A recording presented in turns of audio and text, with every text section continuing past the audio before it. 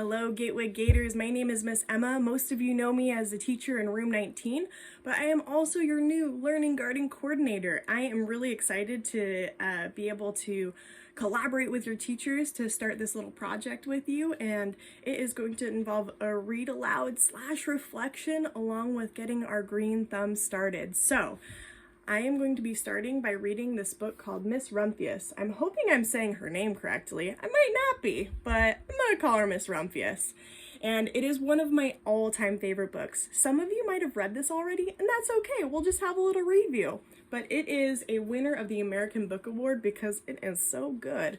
So there's Miss Rumphius, and she is with a flower that you are going to get to know very well by the end of this story, called a lupin.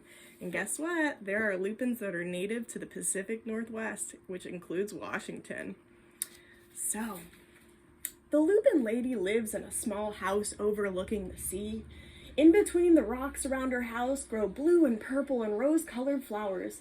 The lupin lady is little and old, but she has not always been that way, I know. She is my great aunt, and she told me so. Once upon a time, she was a little girl named Alice, who lived in a city by the sea. From the front stoop, she could see the wharves and the bristling masts of tall ships. Many years ago, her grandfather had come to America on a large sailing ship. Wow. Now he worked in the shop at the bottom of the house, making figureheads for the prows of ships and carving Indians out of wood to put in the front of cigar stores. For Alice's grandfather was an artist. He painted pictures, too, of sailing ships and places across the sea. When he was very busy, Alice helped put in the skies. Wow, so she's an artist as well, following in Dad's footsteps. In the evening, Alice sat on her grandfather's knee and listened to his stories of faraway places. When he had finished, Alice would say, "When I grow up, I too will go to faraway places, and when I grow old, I too will live beside the sea." "That is all very well, little Alice," said her grandfather, "but there is a third thing you must do." "What is that?" asked Alice. "You must do something to make the world more beautiful," said her grandfather. "All right," said Alice, but she did not know what that could be. In the meantime, Alice got up and washed her face and ate porridge for breakfast. She went to school and came home and did her homework, and pretty soon she was grown up. Ooh, I just want to repeat that line. Her grandfather wants to have her do something to make the world more beautiful. I wonder what that's going to be. Then my great aunt Alice set out to do the 3 things she had told her grandfather she was going to do. She left home and went to live in another city far from the sea and the salt air. There she worked in a library, dusting books and keeping them from getting mixed up, and helping people find the ones they wanted. Some of the books told her about faraway places. People called her Miss Rumphius now. There she is, she's growing up. Sometimes she went to the conservatory in the middle of the park. When she stepped inside on a wintry day, the warm, moist air wrapped itself around her and the sweet smell of jasmine filled her nose. "This is almost like a tropical isle," said Miss Rumphius, "but not quite." Little side note, if you want to see a really amazing conservatory, there is one in Tacoma that should be, it's pretty amazing. So, Miss Rumphius went to a real tropical island where people kept cockatoos and monkeys as pets. She walked on long beaches picking up beautiful shells. One day, she met the Bapa Raja, king of a fishing village. "You must be tired," he said. "Come into my house and rest." So Miss Rumphius went in and met the Bapa Raja's wife. The Bapa Raja himself fetched a green coconut and cut a slice off the top so that Miss Rumphius could drink the coconut water inside. Before she left, the Bapa Raja gave her a beautiful mother-of-pearl shell on which he had painted a bird of paradise and the words, "You will always remain in my heart." "You will always remain in mine too," said Miss Rumphius. Wow. Sounds like he's trying to do something to make the world a little bit more beautiful. My great Aunt Miss Alice Rumphius climbed tall mountains where snow never melted. She went through jungles and across deserts. She saw lions playing and kangaroos jumping, and everywhere she made friends she would never forget. Finally, she came to the land of the lotus eaters, and there, getting off a camel, she hurt her back. "What a foolish thing to do," said Miss Rumphius. "Well, I have certainly seen faraway places. Maybe it is time to find my place by the sea." And it was. And she did. From the porch of her new house, Miss Rumphius watched the sun come up. She watched it cross the heavens and sparkle on the water, and she saw it set in glory in the evening. She started a little garden among the rocks that surrounded her house, and she planted a few flower seeds in the stony ground. Miss Rumphius was almost perfectly happy. "But there is still one more thing I have to do," she said. "I have to do something to make the world more beautiful." "But what? The world already is pretty nice," she thought, looking out over the ocean. Ooh, look at that beautiful home. This is reminding me of the San Juan Islands. I don't know about if any of you have been there, but it's pretty rocky and mossy with beautiful pine trees. The next spring, Miss Rumphius was not very well. Her back was bothering her again, and she had to stay in bed most of the time. The flowers she had planted the summer before had come up and bloomed in spite of the stony ground. Those are called perennial plants, by the way. They come back every year.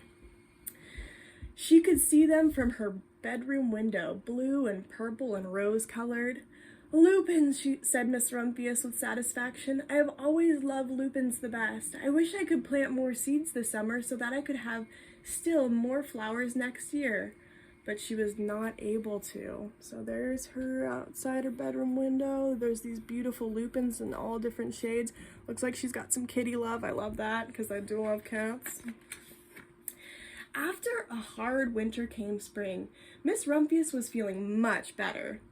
Now she could take walks again. One afternoon, she started to go up and over the hill where she had not been in a long time. "I don't believe my eyes," she cried when she got to the top. For there, on the other side of the hill, was a large patch of blue and purple and rose-colored lupins. "It was the wind," she said, and she knelt in delight. "It was the wind that brought the seeds from my garden here, and the birds must have helped." Then Miss Rumphius had a wonderful idea. Ooh, so she's already seeing how animals and also nature, wind, can help spread flowers. So sometimes if you find a strange flower or plant in your garden, it might be a bird dropping, it might be the wind. It's pretty amazing how they can spread to survive. Now let's see what this idea is. She hurried home and got out her seed catalogs. She sent off to the very best seed house for 5 bushels of lupin seed. All that summer, Miss Rumphius, her pockets full of seeds, wandered over fields and headlands sowing lupins, which means to plant. She scattered seeds across the highways and down the country lanes. She flung handfuls of them around the schoolhouse and the back of the church. She tossed them into hollows and along stone walls. Her back didn't hurt her anymore at all. Now, some people called her that crazy old lady.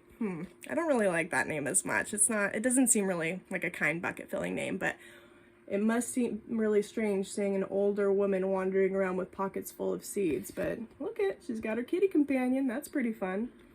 Let's see what happens with all of these seeds. The next spring, there were lupins everywhere. Fields and hillsides were covered with blue and purple and rose-colored flowers. They bloomed along the highways and down the lanes. Bright patches lay around the schoolhouse and the back of the church. Down in the hollows and along the stone walls grew the beautiful flowers. Miss Rumphius has done the third most difficult thing of all. So let's look at all these beautiful lupins. They are everywhere. She scattered them. She made a lot of foot traffic getting all the way over town, spreading those lupins. What did she do? My great Aunt Alice, Miss Rumphius, is very old now. Her hair is very white. Every year there are more and more lupins. Now they call her the Lupin Lady. Oh, I like that better than the crazy old lady. Sometimes my friends stand with me outside her gate, curious to see the old lady who planted the fields of lupins. When she invites us in, they come slowly. They think she is the oldest woman in the world. Often she tells us stories of far away places. When I grow up, I tell her, I too will go to faraway places and come home to live by the sea. That is all very well, little Alice, says my aunt, but there is a third thing you must do. What is that, I ask? You must do something to make the world more beautiful. All right, I say. So here's the kids waiting to come in, and here is our Lupin lady telling kids some stories of her adventures. But I do not know yet what that can be. So this little girl sees how her great aunt made the world a more beautiful place by spreading lupins. And I want you, for a little assignment, to think about what is something you can do to make the world more beautiful. What is something you can do to make the world more beautiful? And I know that for Miss Rumphius, she made the world more beautiful by spreading flower seeds and making things visibly more beautiful. But another thing that you can do in your community to make it more beautiful is to help out in any way you can. So that could include volunteering. It doesn't have to just be planting flowers. It could be doing something kind for your neighbor, helping out your family in some way. I want you to really think long and hard about what's one thing you can do to make the world, or just zeroing it down to your community to make it a better place. Now, I really thought long and hard about this myself, and I know that with this pandemic going on, there are a lot of people out of work. And when there's a lot of people out of work, that means that there might be some people that are going hungry. And I thought, well, there's not a whole lot I can do about that, but there's a little thing I could do. I sent an email out to an organization called Little Free Pantries. It's a little movement, just like the Little Free Libraries, where you set up a pantry where you can put food in for people who need it. And that is what I have been doing on a small scale to make the world a little bit of a better place. So I wrote, I try to make the world more beautiful by making sure my community has food. So here's my little free pantry that I drew out. It's got some canned goods, it's got some yummies in it. It's yellow. You may have even passed it. I won't tell you where it is because I like the mystery of it, but a hint is there are black cats drawn all over it, inspired by my kitty Bella. And here is a bag of food. I make bags of food. I do little Ziplocs with water, a mask, and some snack items. I keep those in my car in case I see a homeless person on the side of the road that really needs an extra helping hand. So this is one way I'm trying to make the world a little bit more beautiful. I really am excited to see how you guys are going to make the world more beautiful.